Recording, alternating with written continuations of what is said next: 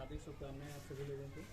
और सबसे बड़ी बात, मैं उन्हें धन्यवाद ज्ञापित करना चाहूँगा जिन्होंने कल आया और इस प्रोग्राम को करने के लिए आवश्यक किए, माननीय नगर प्रचारक जी को।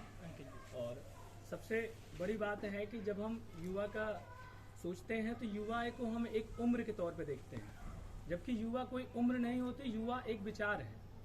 जब युवा का अगर आप इस आधार पर देखते हैं कि युवा की उम्र, तो युवा की उम्र किशोरावस्था से शुरू होकर प्रौढ़ावस्था में खत्म हो जा रही है। 60 साल की उम्र अब रेशियो हो गया, 100 पहले था, आने वाले समय में 40-20 हो सकता है 10।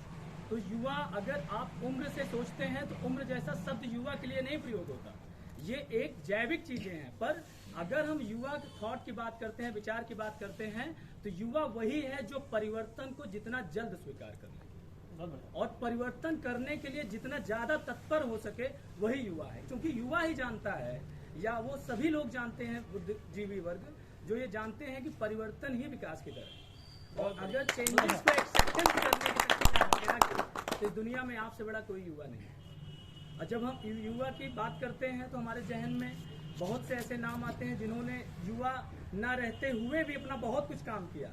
जैसे गांधी जी की बात करते हैं, अगर हम आप उनको इस टॉपिक पे देखते हैं तो अगर आप उन्हें ये देखते हैं कि वो युवा थे तो युवा अवस्था में तो कार्य ही नहीं किए। कितने लोग बुजुर्ग की अवस्था में उठे हुए, मैं चंगेज खान जैसे का नाम लेना, तो भले वो आक्रामककारी थे, लेकिन 34-35 साल की अधेड़ उम्र में जहाँ से लोगों के विचार ढल जाते हैं, बाल गिर जाते हैं, और वहां से उन्होंने शुरुआत किया पृथ्वी के 1/3 भाग को कर। आप में जब ये सोच जग जाए कि आप कुछ कर सकते हैं, तभी आप युवा हैं, नहीं तो आप सुप्त अवस्था में। बिल्कुल। और आप कभी ये मत सोचिएगा कि आप युवा एक उम्र पे हुए हैं। युवा आप तभी हुए जब आप ये सोचे कि कुछ कर सकते हैं। अगर आप नहीं कर सकते हैं तो आप युवा कहलाने के लायक नहीं है। और सबसे बड़ी बात, भारत को युवाओं का देश कहा जाता है, पर भारत में युवा कर क्या रहे? अगर कहा जाए तो 10 साल की उम्र केवल एक पड़ोसी के लाज में गुजर रही, और केवल एक छोटी सी नौकरी के लिए, इवन 40,000 से 50,000 की अगर नौकरी के लिए आप अगर थिंक करते हैं तो उससे आप प्राप्त क्या कर सकते हैं? उसके बाद भी साइड बिजनेस देखना है।